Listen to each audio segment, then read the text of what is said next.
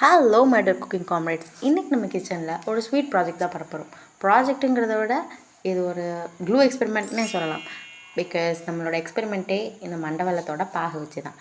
So இதுலேருந்து உங்களுக்கு தெரிஞ்சிருக்கும், இட்ஸ் ஆல் அபவுட் பொரி உருண்டை. ஸோ இது பண்ணுறதுக்கு 150 ml கப் அளவுக்கு 5 கப் பொரி எடுத்திருந்தேன். அது வந்து என்னென்னா கார்த்திகை பொரி தான் எடுத்திருந்தேன்.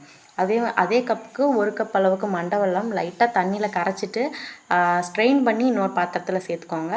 அதோட பாகுபதம் தான் இப்போ முக்கியமான விஷயம். என்னென்னா அது வந்து லைட்டாக ஒரு சாஃப்ட் பால் மாதிரி வரணும், அந்த அளவுக்கு தான் இருக்கணும், ஹார்ட் பால் வரக்கூடாது.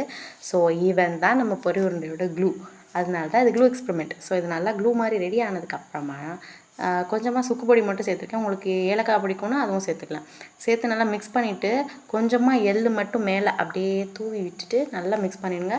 ஸ்பீடாக மிக்ஸ் பண்ணணும். அதே மாதிரி ஸ்டவ் ஆஃப் பண்ணாமல் பண்ணிங்கன்னா கொஞ்சம் ஈஸியாக இருக்கும்.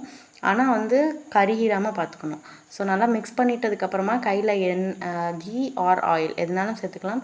அதுக்கப்புறம் சூடோடு பிடிச்சிடணும். சூடு இருக்கும், கை வந்து ரெட் ஆயிரும். எனக்குலாம் செம ரெட் ஆயிடுச்சு. பட் ஆனாலும் சூடோடு பிடிக்கணும். அப்போனா தான் நம்மளுக்கு ஃபைன் ஷேப் கிடைக்கும். ஸோ இதில் வந்து பர்ஃபெக்டான ரவுண்டாக வந்துச்சுன்னா பாராட்டிக்கோங்க. ஒரு வேளை வரலைன்னா நேச்சரை ப்ளேம் பண்ணிவிட்டு எஸ்கேப் ஆயிடணும். பிடிச்சி எடுத்ததுக்கப்புறம் பிளேட்டில் சர்வ் பண்ணிங்கன்னா டேஸ்ட்டு பர்ஃபெக்டாக இருக்கும். எஃபர்ட் சின்னது தான், ஆனால் நாஸ்டாலஜியா மேக்ஸ் லெவலில் இருக்கும். ரெசிபி பிடிச்சிருந்துச்சுன்னா சேவ் பண்ணி ட்ரை பண்ணுங்கள். தேங்க்யூ.